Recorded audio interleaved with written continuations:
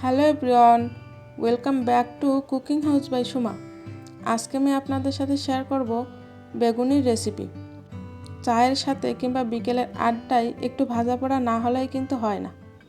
তো চটজলদি এভাবে বেগুনি বানিয়ে নিতে পারেন।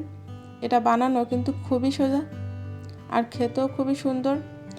তো এই মুসমুসে বেগুনিগুলো বানিয়ে নেওয়ার জন্য আমি কেটে নিয়েছি বেগুন। এরকম পাতলা পাতলা করে আমি বেগুন কেটে নিয়েছি। এখানে আমি একটা বেগুন কেটে নিয়েছি।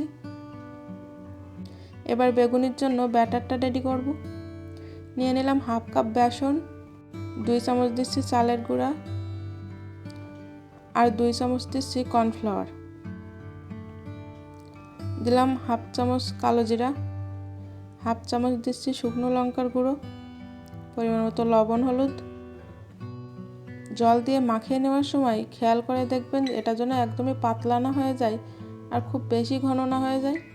এখানে আমি অল্প অল্প জল দিয়ে ব্যাটারটা তৈরি করে নিব। একবারে জল দিতে যাবেন না, এরকম অল্প অল্প জল দিয়ে ব্যাটারটা বানিয়ে নেবেন।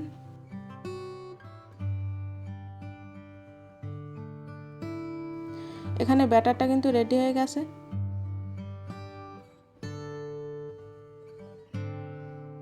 এবার বেগুনি ভাজার জন্য এভাবে আমি ডুবিয়ে নিব বেগুনগুলো ব্যাটারে।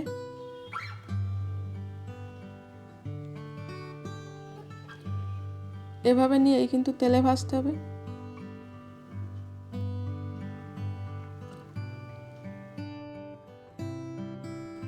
একটা কড়াইতে আমি পর্যাপ্ত পরিমাণ তেল নিয়েছি। তেলটা একটু গরম হলে আমি দিয়ে দিচ্ছি এভাবে বেগুনগুলো। মিডিয়াম আঁচে আমি বেগুনিগুলো ভেজে নিব।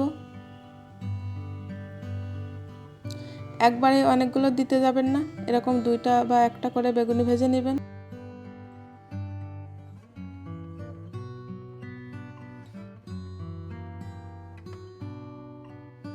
বেগুনিগুলো দেওয়ার পরে এরকম ওপর দিয়ে একটু তেল উঠিয়ে উঠিয়ে দিবেন বেগুনির ওপরে।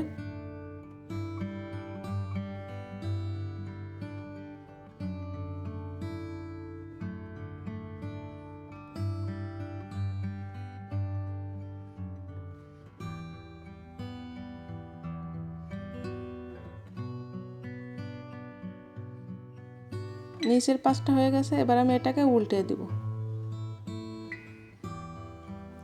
যেহেতু পাতলা করে কাটা, এজন্য ভাজতে কিন্তু সময় লাগবে না।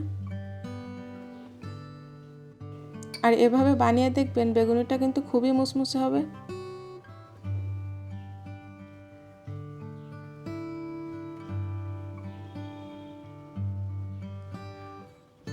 বেগুনিগুলো আমার ভেজে নেওয়া হয়ে গেছে, এবার আমি তুলে নিচ্ছি।